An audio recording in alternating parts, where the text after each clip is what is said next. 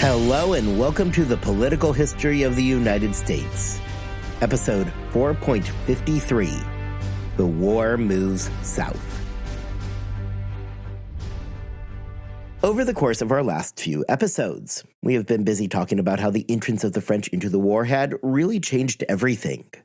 Now, to this point, despite my statements, little honestly has felt much different. Monmouth certainly was nothing all that unique compared to what we had seen before. The abortive Battle of Newport was only really different because the battle itself never really came to pass. Although things did appear to be largely as they had been before on the surface, I promise that I have not been lying to you when I said that the war really was changing. This week, we are going to begin a more meaningful look into just how the American War of Independence was changing. It is impossible to miss the fact that the British were in virtually the same position that they had been in all the way back in the summer of 1776.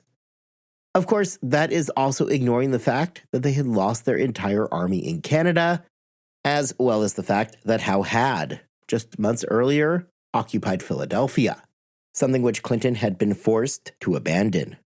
Either way, it was abundantly clear to Henry Clinton that he was going to have to change his strategy. This week, we are going to begin looking at the Southern Strategy, which is going to be launched at the end of 1778, as well as the political battles that would consume Britain in 1779, as it became increasingly clear that the war was not going well.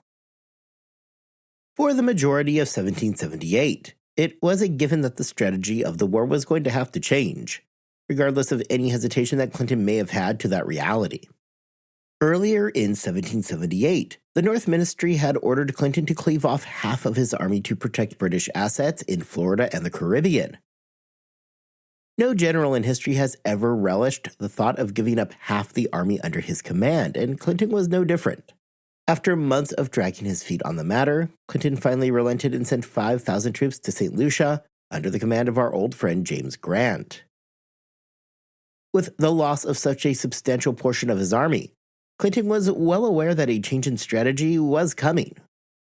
The core of the Southern Strategy came from the idea that the Southern colonists were somewhat more loyal than their Northern brethren.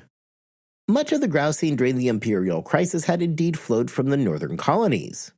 Sure, Virginia had their complaints, but south of there, a sense of more general hesitation had long been present. Recall back to the First Continental Congress that Georgia decided to sit it out altogether.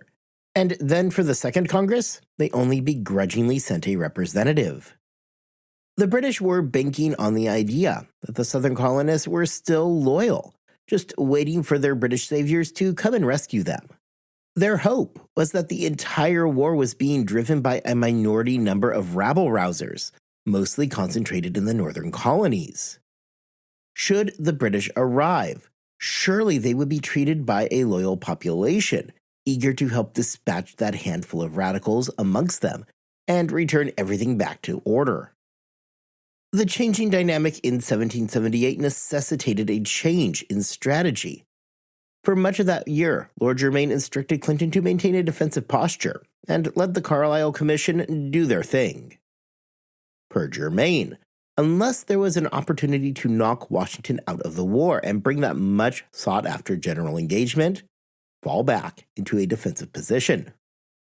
Clinton very nearly got his chance to bring about such a general engagement at Monmouth. However, as we know, that had gone down as a nominal American victory. The second part of the instructions to Clinton was that if he could not goad Washington into a general engagement and smash him, then it was about time to abandon operations in the North and move the show to the South. Moving the war provided certain advantages for the British. With the French entry into the war, the British realized that they needed to reinforce not just the West Indies, but their holdings in Florida as well. What the British wanted to do was secure that northern border of Florida from a potential Franco-American invasion. It is likewise possible that George III and the ministry were being pragmatic and were attempting to cut their losses. The war in the North was not going well, something that we have talked about in depth now. In a moment when the British back home were increasingly pessimistic about their chances of retaining the colonies, the king may have viewed the Southern strategy as a play to retain at least a few of the holdings, while giving a disappointed but tacit acknowledgement that the northern colonies were probably out of British reach. Really, though, the move to the south was a sound strategy. All of those loyal subjects down there would surely flock to fight with their British brethren to expel the radical element that had forced an unwanted independence down their unwilling throats. The king and his ministry, including Germain, were acting on intelligence from their former royal governors. Men like Dunmore from Virginia, Josiah Martin of North Carolina, and William Campbell of South Carolina, all busily reassured the king and Germain alike of the large number of loyal colonists in the South, something which both George III and Germain chose to believe. Further reinforcing this belief in the practical soundness of the Southern strategy was Indian agent and occasional American boogeyman John Stuart, who assured London that the local tribes, specifically the Cherokee, would happily jump to the British cause and were eager for an opportunity to stick it to the Americans. With so many men having been peeled off to protect British assets in the West Indies and in Florida, Clinton could move a reduced force to the south, which would then, in turn, be reinforced by all of those loyalists who were itching for the opportunity to retake their country. By design, a small corps of British regulars could become the nucleus of an army made up of those loyalists, thus allowing the British to use their increasingly precious resources to protect their holdings in the Caribbean. The ministry further hoped that if everything went down perfectly, the Southern campaign, more than just recapturing land in their wayward colonies, may disrupt the economic engine that was the South, thus bankrupting the American colonies. It is noteworthy, however, that Henry Clinton looked at this plan with more than a little skepticism. It had, after all, been Henry Clinton who had been repelled back in 1776 when he had attempted to land in Charleston. Where had those hordes of loyalists been then? There were ample clues everywhere that were plain to be seen that the British may have been overestimating their own situation. Whenever engagements in the South had come in the past, those masses of loyalists were nowhere to be seen. When Dunmore was trying to reestablish his authority in Virginia, his declaration to free the slaves had actually forced many loyalists into the rebel camp, not because they necessarily were politically aligned, but because the prospect of emancipation and turning slaves against enslaver struck a deep nerve in the Americans that few in the South were willing to accept. As we are going to see moving forward both today and in the future, the mass swell of support from the supposed loyalists in the South simply never materialized. In the case of the Cherokee, Stuart was not exactly wrong that they would have relished the opportunity to punch the Americans' teeth in. They were also able, however, to read the room and recognized their precarious position. The very last thing that they wanted to do was give the Americans a reason to annihilate them. This failure of intelligence in 1778, in believing there remained a strong base of support, would, in due time, spell the end of the British in the United States. It was, again, a failure of the British to fully understand the problem that they had on their hands. A failure to understand that, although more conservative than their northern brethren, the southern states too had chafed under the final years of British rule in America, and were little more eager to rejoin the empire than the northern states were. Although Henry Clinton marched into the southern strategy, dubious that this party was going to materialize, he had his orders, and, misgivings intact, he was going to follow them. Although personally less than convinced that the American loyalists would be showing up in the droves that Germain and the ministry seemed to believe that they would, Clinton was accepting his new directives and preparing for a move to the South. On November 27th, he sent some 3,500 men, made up of a mixture of British regulars, Hessians, and loyalists, who had decided to join the fight, down towards the new British objectives in the South. Under the command of Lieutenant Colonel Archibald Campbell, the British arrived off the coast of Georgia on December 23rd. As a point of interest on Campbell, he had actually spent most of his war in American custody, having been captured following a skirmish in Boston Harbor. The British had just recovered Campbell, trading him for the British captive, Ethan Allen. If you will recall, and I seriously don't blame you if you do not recall, Allen had been captured way back during an ill-fated assault on Montreal in 1775. We talked about it back in episode 4.32, if you want to go listen again. Campbell landed on the coast of Tybee Island, some 15 miles from Savannah, and the British quickly set off towards their target. Now, if you are looking at the dates here, specifically the fact that we are mere days away from Christmas when the British troops arrived, and you're wondering why everybody was not in their winter camps, it was hardly a mere accident.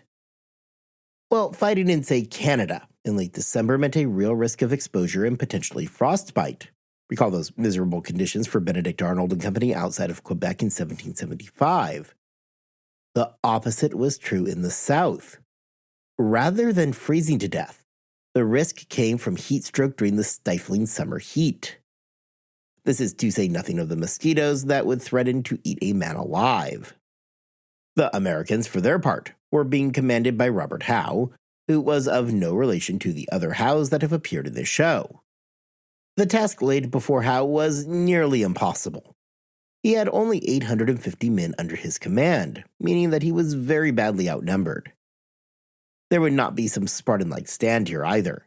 With minimal effort, Campbell was able to overwhelm Howe, who quickly found himself outflanked, and when the dust settled, the Americans had 83 dead, with another 11 wounded, in addition to 453 captured. The British, on the other hand, counted just 7 dead and another 17 wounded. The battle had been about as one-sided as possible, and just like that, the British had captured Savannah. With Savannah now in British hands, it was only a few short weeks before the British controlled all of Georgia. Really, though, Georgia was never the prize that the British coveted in the South. Rather, it was always meant to be a mere stepping stone to what they really wanted control over. So, what was that grand prize, you ask? Well, what the British really were after was the valuable port town of Charleston. And just a quick note on names here. Yes, I do realize that Charleston was not actually Charleston until 1783. At this point, it was still Charlestown. However, for the sake of continuity, we're just going to go ahead with Charleston here, okay? Anyway, back to the story. Henry Clinton had, of course, been thwarted all the way back at the start of the war in 1776, when he found himself stymied from a mixture of good leadership and hard fighting, as well as those pesky, super spongy palmetto trees. The capture of Georgia also marks the beginning of an interesting period in the Revolution, one that would be marked by very little action. There would be some skirmishes, and we are going to talk at some length about the fighting between the British and the United States allied native tribes. However, the British and the Americans will mostly just take 1779 off. So, knowing that, I want to spend the remainder of our time today looking at the events going on politically, primarily back in Britain, so that we can better understand where the war was and where it is heading. George Washington had no idea that following the admirable showing by his troops at Monmouth, that he would see very little in the way of major fighting until Yorktown. This period for Washington was amongst the most frustrating of the entire war for him.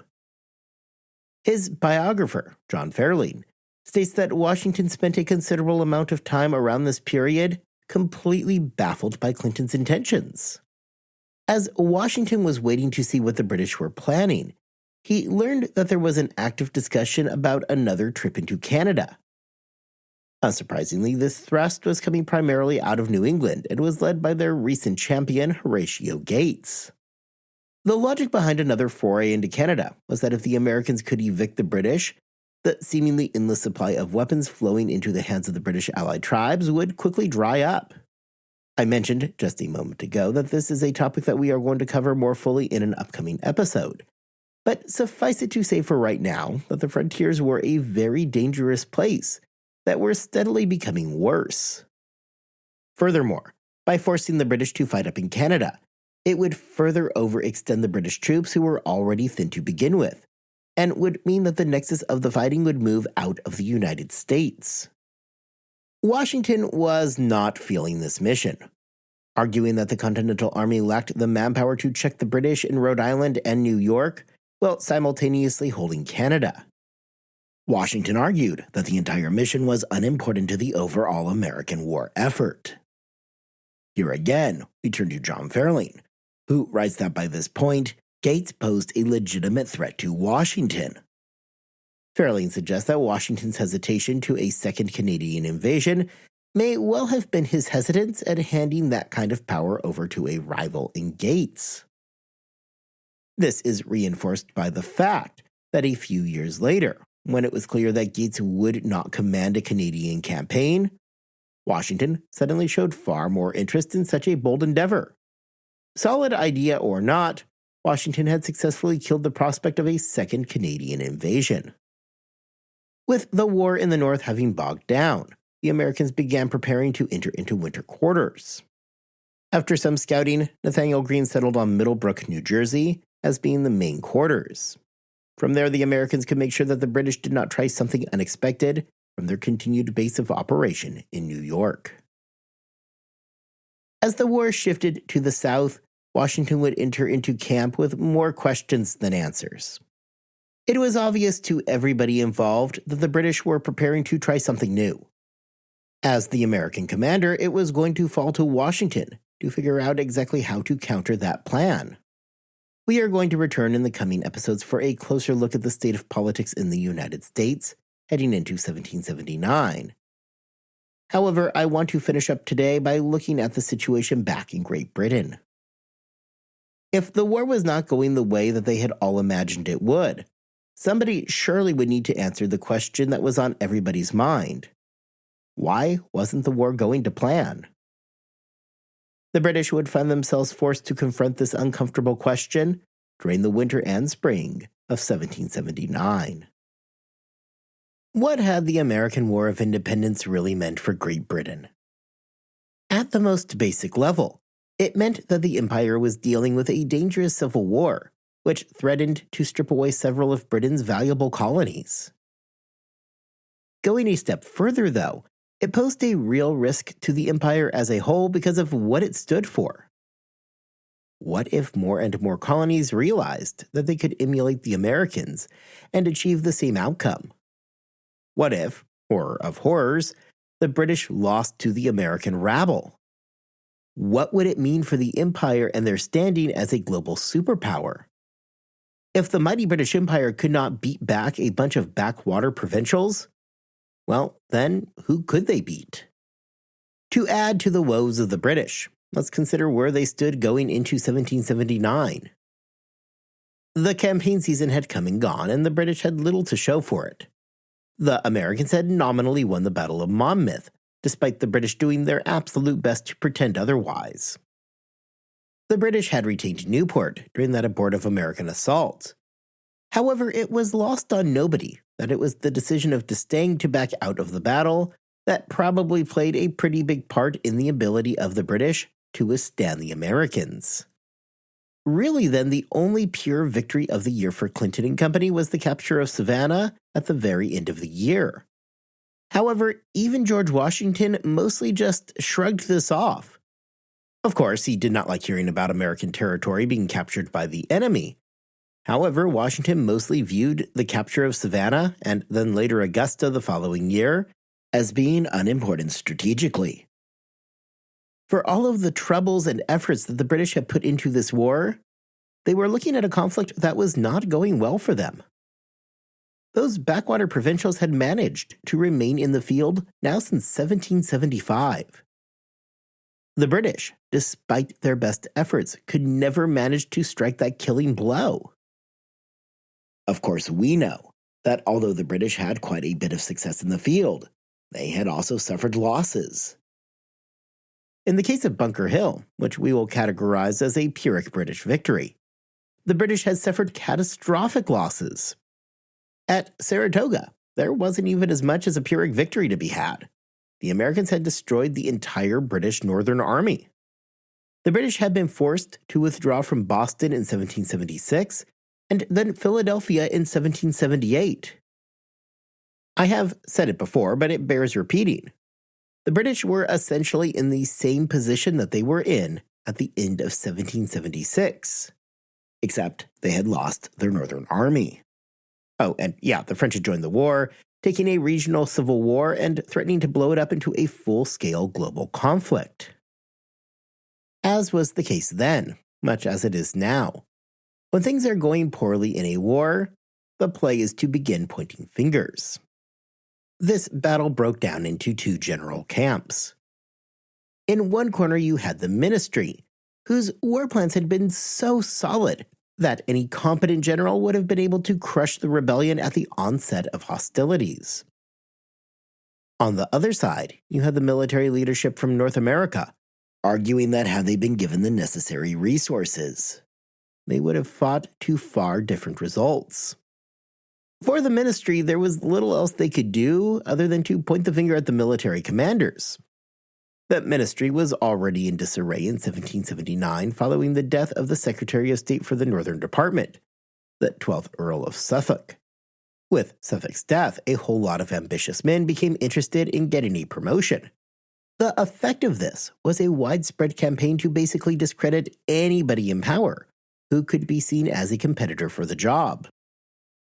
With the war going poorly, the fight in America became a low-hanging criticism that could be easily hurled around. And right into this messy fray stepped William Howe. Howe was aware that the ministry was not holding back their criticisms of either himself or his brother, who would likewise be recalled in 1778. William Howe was not having any of this, and demanded that an inquiry be held. Howe was determined to clear the family name and to lay the blame for the state of the war directly at the feet of the ministry. The Howes were, at a very minimum, always an interesting choice for the command in America. They had shown at least some sympathy towards the Americans in the past. Benjamin Franklin and Richard Howe had, on the eve of the war, formed something of a friendship. Even as the war got going, William Howe showed that he was never under the false illusion that the war in America would be quick and easy. In the aftermath of Bunker Hill, Howe worried about the abilities of the Americans to fortify hills all throughout the country and forced the British into slaughter after slaughter. This was a very real concern for Howe that the British could potentially win every battle, but pay such a steep price for victory that they would end up losing the war. As Howe expressed, there was nearly an endless supply of places for the Americans to fortify. Although the Howe brothers had at least a degree of sympathy for the Americans, and William Howe personally believed that the war was going to be a much more difficult affair than the ministry realized, that is not to suggest that they had done anything other than give their best effort. William Howe proceeded to subject Parliament to a score of witnesses coming to extol the work that he had done in America. Among these witnesses was Major General Charles Grey, who explained the practical difficulties of fighting a war in America. Grey pointed out that the Americans were fighting a defensive war, and that their caution made them a far more difficult enemy to defeat. In their defense, the ministry fell right back into their old ways of thinking. Much as the Southern strategy was based around the idea that the majority of the American population remained loyal to the king, so too did Germain base his arguments against Howe. The American population adored their king. They were desperate to be saved from the radicals who had completely upended their lives. All Howe needed to do was press his clear advantage, and the rebellion would have been wrapped up in no time.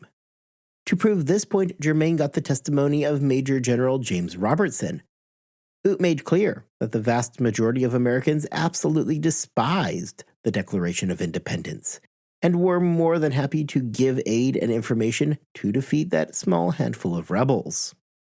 This battle produced little in the way of tangible results, and really amounted to little more than an attempt on everybody's part to shift the blame of the war onto somebody else. Arguably, the blame for the condition of the war laid at the hands of just about everybody. It is difficult to fully exonerate Howe, who at times seemed to be overly cautious, and in the case of Saratoga, dangerously unconcerned as to the actions and movements of Burgoyne. The ministry has, since the very beginning of the crisis, been laboring under the delusion to the scope of the problem that they had. They had refused to believe that the outbreak of this entire crisis was anything more than a handful of loud rabble-rousers getting everybody all riled up. Earlier today, we had talked about the fact that this was never really the case. It is a telling fact that those who had been on the ground in America were under no such belief that the people were overwhelmingly loyal. Henry Clinton knew the truth when he was heading south. Regardless of if the ministry truly believed in the widespread loyalty of the Americans, or if they deep down knew that it was not true, does not really matter. The ministry had found this particular fact as something that they needed to desperately cling to, like a life raft. Which, while politically is fine, becomes a far more dangerous prospect when they are planning the strategy for a war around it. The British media had no problem throwing around blame at anybody who they could get it to stick to. The war in America had been a difficult subject for many in Great Britain. Although there was a general understanding and acknowledgement among the population that the conflict was necessary, nobody felt particularly good about it. British citizens may not agree with the American positions. They may have supported the army forcing the recalcitrant colonies back into line. Yet that was often as far as they were willing to go. Few took joys in hearing about the gory details of the war. A story about some great battle against, say, the French that resulted in a British victory, one which produced thousands of French casualties, well, that was applauded with patriotic fervor. A story about dead Americans, however? Well, that was just sad. As historian Troy Beckham writes, the British viewed the war as a domestic tragedy. They understood the necessity of the war, but that did not mean that they had to like it. Somewhat ironically, among the more popular figures in the war in Britain was George Washington. Washington's perceived aloofness from the political affairs of Congress made him a sympathetic figure. This likewise tells us that for many Britons, they blamed Congress and the radical elements in America for the ongoing struggle. Washington, a Virginian, therefore found insulation simply for the fact that he was not from New England. The British media found themselves needing to proceed carefully when talking about the war in America, because of the often precarious public opinion surrounding it. Nobody wanted to take an official stance that would run contrary to the often fickle public opinion. This led to reporting of the war being far more factually based as opposed to opinion-based. This again gives us clues into the population and how they felt about the war. Even if the population understood and even agreed with the necessity of it, it still remained deeply unpopular. Returning to Troy Beckham for a moment, he postulates that the British found themselves oddly ticketing with Washington, largely because there was an absence of heroes in Great Britain at the time. The British were unhappy with their own leadership and what they saw as a lack of virtue. Washington might be the enemy, but in him they could see those things, that sense of civic virtue that they longed for in their own leadership. Next time, we are going to turn to the campaigns of 1779. The year 1779 would not be defined by the actions that took place, but instead by the lack of action. Still, however, there are going to be a few engagements that we need to discuss, which is what we are going to do.